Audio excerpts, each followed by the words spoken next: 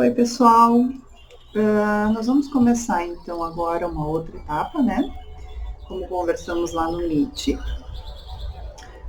Vocês vão estar trabalhando então com a parte agora de análise, né? Então eu vou colocar para vocês os materiais lá para que vocês consigam fazer o exercício que eu vou postar.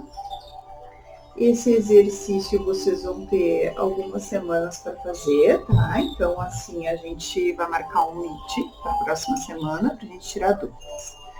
Bom, eu estou colocando o material lá, esse aqui eu já coloquei, quero que vocês deem uma olhada. Então, é sobre ergonomia. Explicando um pouquinho, então, a definição da ergonomia, né? O que é essa disciplina, já que vocês já leram ali os artigos.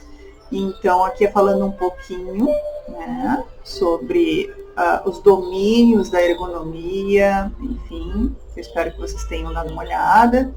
A gente trabalha ergonomia física, cognitiva e organizacional, né? Na verdade, a gente trabalha mais essas duas aqui. E essa aqui, na verdade, são alguns sistemas e estruturas, né? A gente pode trabalhar bastante isso na organização temporal do trabalho, né? As organizações de entrega, os cronogramas, os projetos dentro das organizações. Então, quando a gente trabalha com o comercial, a gente até também, hoje, né, também acaba trabalhando com essa parte aqui, que hoje também tem muito a ver com teletrabalho, né? E gestão de qualidade. Então, na verdade, a gente diretamente trabalha com a ergonomia física, né? Que é como a gente se relaciona com os postos de trabalho, com os ambientes. A cognitiva é como a gente entende isso, né? Então, às vezes a gente tem dificuldades para ter algum entendimento de algum sistema, e hoje, por exemplo, a gente trabalhando com computadores, enfim, né? A interação do homem com o computador, esse estresse, né? Tudo isso que é gerado em relação ao uso dessas tecnologias, ao entendimento, né? Para vocês terem uma ideia, a ergonomia cognitiva é aquilo da gente pegar um objeto que a gente não sabe como ele funciona, né? E ele ter ali algumas informações que automaticamente a gente entende. Então, o botão de liga e desliga é algo que a gente tem já consolidado na ergonomia cognitiva, né? A gente enxerga e a gente já sabe que é ali que a gente tem que apertar. Uma outra coisa, assim, que a gente vê bastante hoje, por exemplo, quem foi criado com telefone convencional, né? Aquele que a gente girava, né, os números, hoje as crianças, quando elas veem aquele telefone, elas não sabem, né? Elas tentam apertar ali, porque elas já foram tradicionalmente criadas, né? Culturalmente criadas, vendo algo muito mais digital do que mecânico, né? Então, isso também é uma questão de ergonomia cognitiva. Esse é um livrinho, tá? Que eu vou colocar depois ali para vocês algumas indicações, né, de ergonomia. Esse livro é bem bom, ele tem bastante lá na biblioteca, agora a gente não está podendo usar, mas eu acredito que se consiga alguma coisa na internet também, se vocês tiverem a intenção de entender um pouquinho mais. A ergonomia, na verdade, ela vai estar sempre junto dos trabalhos de vocês, seja lá o que vocês estiverem fazendo, né?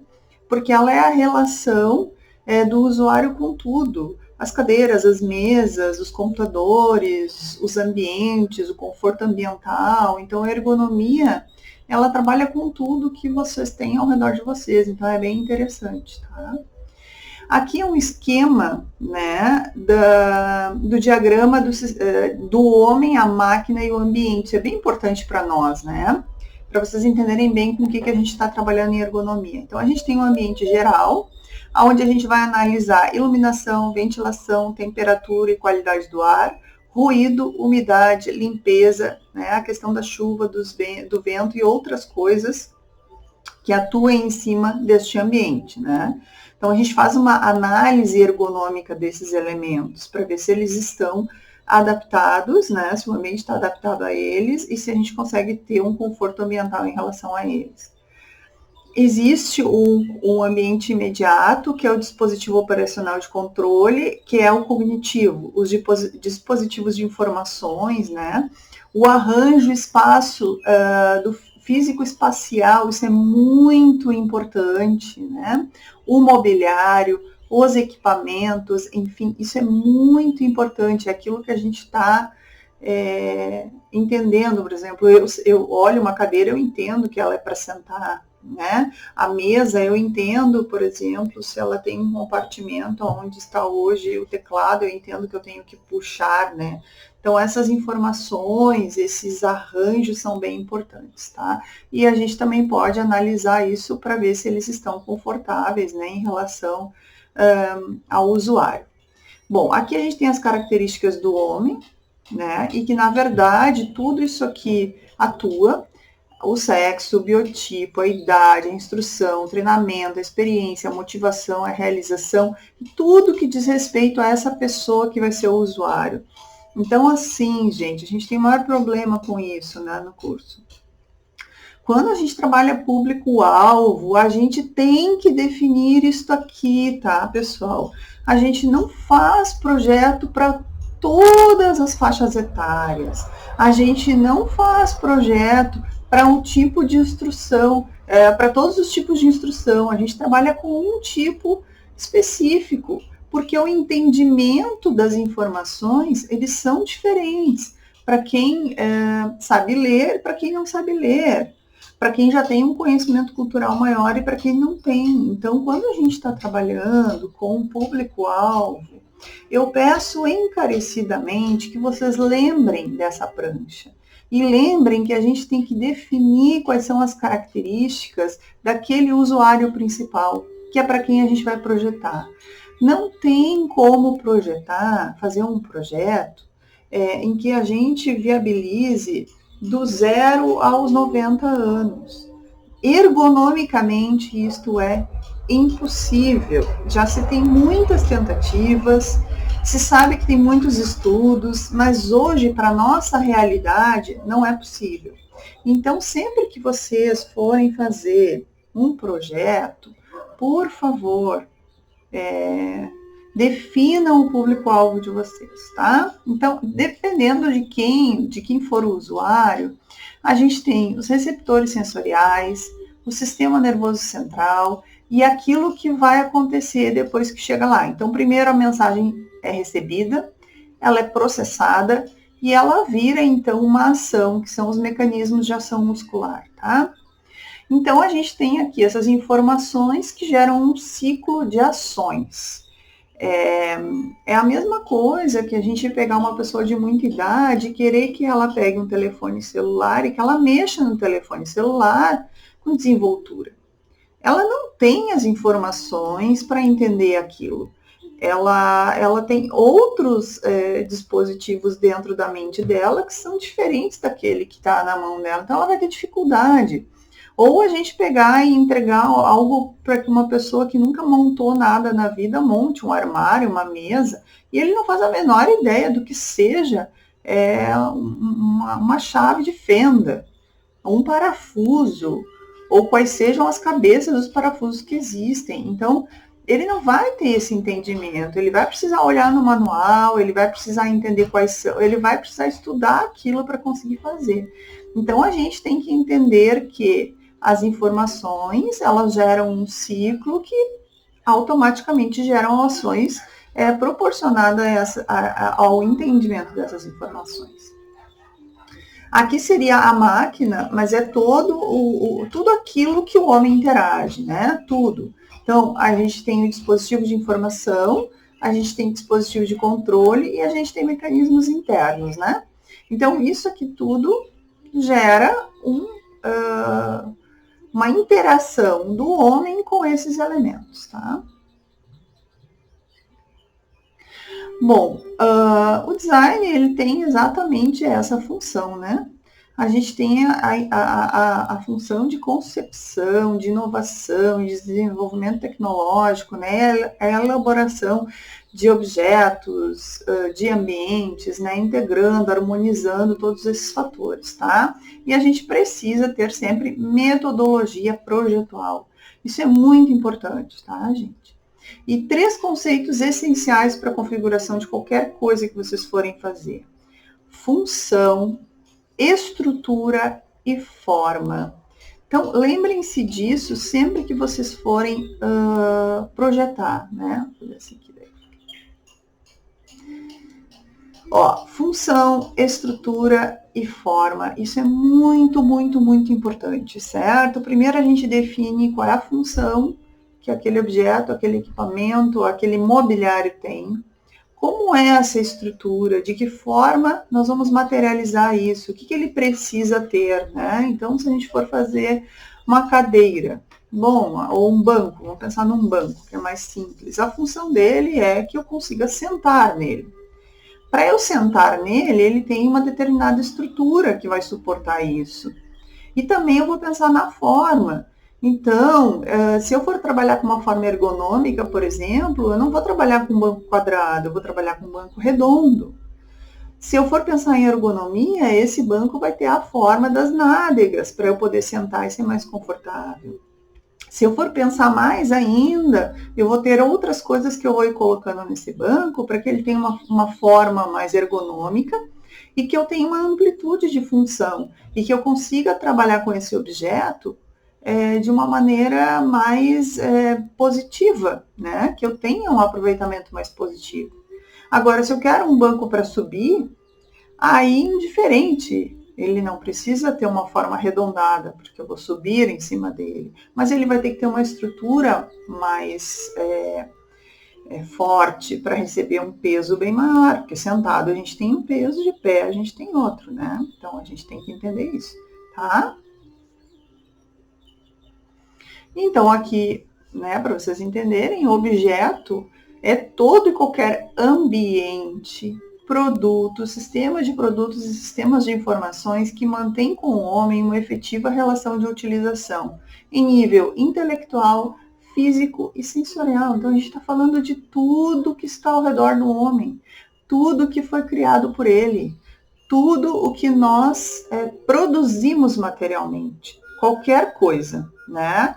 Então, a gente não está falando de uma horta, por exemplo, a gente não está falando de uma planta, a gente está falando deste ambiente, a gente está falando do vaso que foi produzido, isso sim, a gente está falando dos mobiliários, a gente está falando da roupa, a gente está falando da cadeira, a gente está falando das paredes, a gente está falando das coisas feitas pelo homem, né? E nelas a gente trabalha com a ergonomia, que é essa melhor interação, gerando um conforto, né, para o usuário.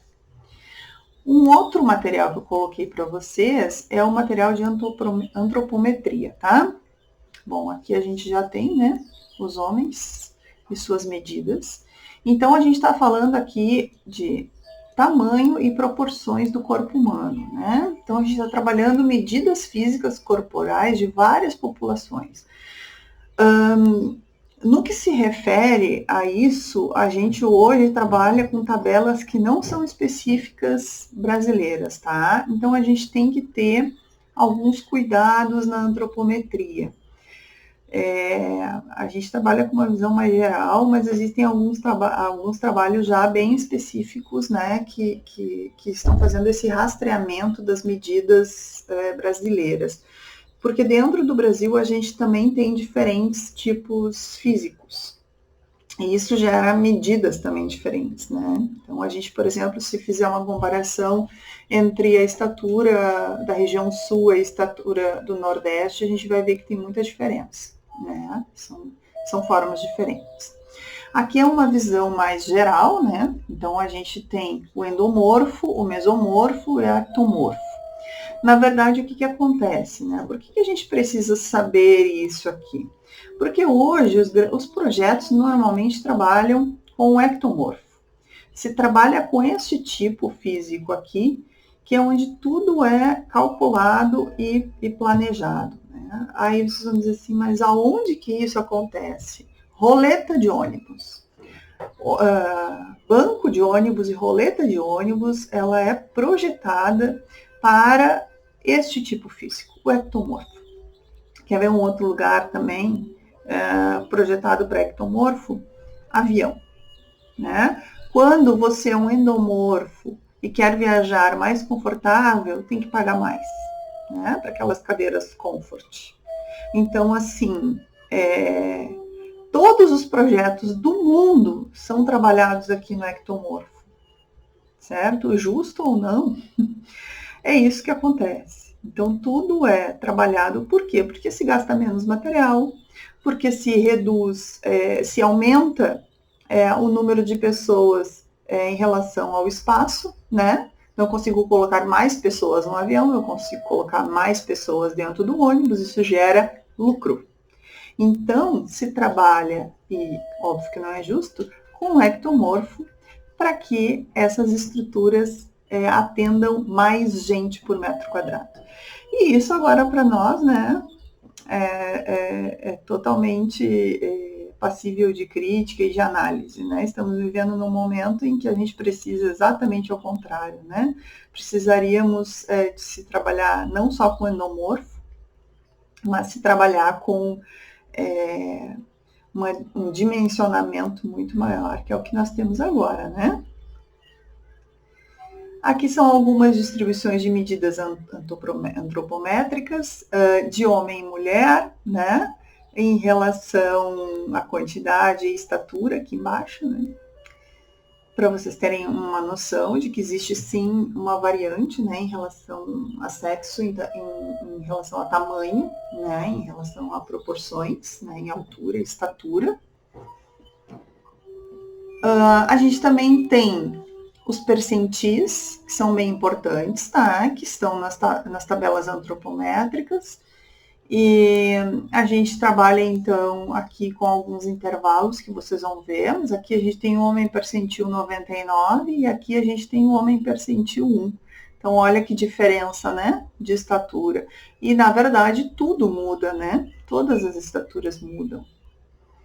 Então, aqui, para vocês entenderem mais ou menos como funciona, né, essa distribuição antropométrica, né, e os percentis, então o percentil 1 e o percentil 99, então a gente vai do homem de 1,55 ao homem de 1,95, né, e as diferenças em relação às proporções. Aqui, nós não trabalhamos, é aquilo que a gente falou ali, né, da questão do público-alvo. Na ergonomia, a gente não trabalha com 100%, tá? Não tem como. Então, a gente atingiria, por exemplo, 100% da população usuária, é impossível.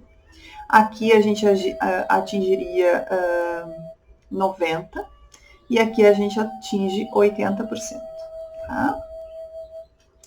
Bom, primeiro assim, a gente não trabalha com homem médio ou mulher média, tá? A gente trabalha com uma faixa, né? A gente trabalha com alcances diferentes em determinados locais, tá? Então, assim, para que vocês entendam, quando a gente está projetando um armário alto, a gente trabalha com o percentil mais baixo, tá? Então, a gente trabalha com o percentil menor. Quando a gente está trabalhando, por exemplo, com a largura de uma cadeira, a gente trabalha com percentil maior, tá? Então, determinadas aplicações em determinados objetos ou mobiliários, a gente não pega um percentil e aplica.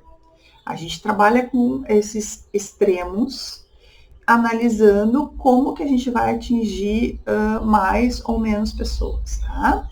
Só para vocês terem aqui, tem um exemplo, ó, do ajuste de uma cadeira, dessas cadeiras de escritório. Então, se eu for trabalhar com 90% da população, que é o que a maioria dos projetos fazem, eu tenho 10,7 centímetros nessa haste para subir e descer a cadeira. Então, a gente trabalha do percentil 5 ao 95. Se eu for acomodar do 1 ao 99, ou seja, eu quero a maior, né? Sei lá, 98%, eu vou ter que subir minha cadeira 15 centímetros. Isso já é um incremento de material, né? E para acomodar 100% da população, eu preciso fazer uma haste que ela suba e desça 26 centímetros, né? Então, ou seja, isso não é viável. Nenhuma empresa vai fazer isso, nenhuma empresa vai gastar mais do que o dobro de material para atingir 10% da população. Isso não é viável, então, economicamente, né? Que é como a gente está trabalhando. Então, isso não vai acontecer, tá? Então, normalmente, nos projetos que a gente trabalha em desenvolvimento de produto, a gente trabalha do 5 ao 95, ajustando, como eu falei para vocês, as medidas, tá? A questão de percepção do espaço é algo bem interessante para nós atualmente, né? Então, é como a gente consegue se movimentar sem esbarrar nas pessoas ou objetos, né? O quanto esse espaço é adequado. Então, agora nós temos isso aqui que é bem interessante, né? Olha, a distância íntima, ela fica entre 45 e 15 centímetros, né? Então, a gente tem aqui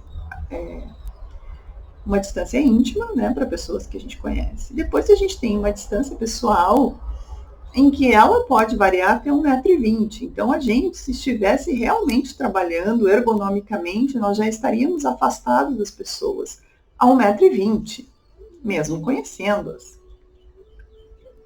A distância social, ela deve permanecer a 2,10 m. Então, vejam o quanto a gente também não trabalha com a ergonomia e o porquê que a gente tem essas doenças proliferando, né? A gente também não acaba não entendendo esse tipo de orientação, né? E isso nos traz realmente bastante problemas, né? Aqui nós temos ainda a distância pública, né? Que é mais ainda, 13,60. E aqui, para finalizar essa partezinha, eu tenho uma unidade modular, que é o que a gente trabalha, né, para definir o número de pessoas num lugar. Hoje, além da gente trabalhar com módulo, que na verdade a gente pode trabalhar, eu prefiro trabalhar 60 por 60, porque fica mais fácil, né? Mas esse aqui é um módulo ergonômico. A gente trabalhando 60 por 60, a gente ainda tem que trabalhar com os afastamentos hoje, né, minha gente? Então, vocês sabem que, além disso, a gente precisa 1,5 m a 2, né, desses afastamentos, tá?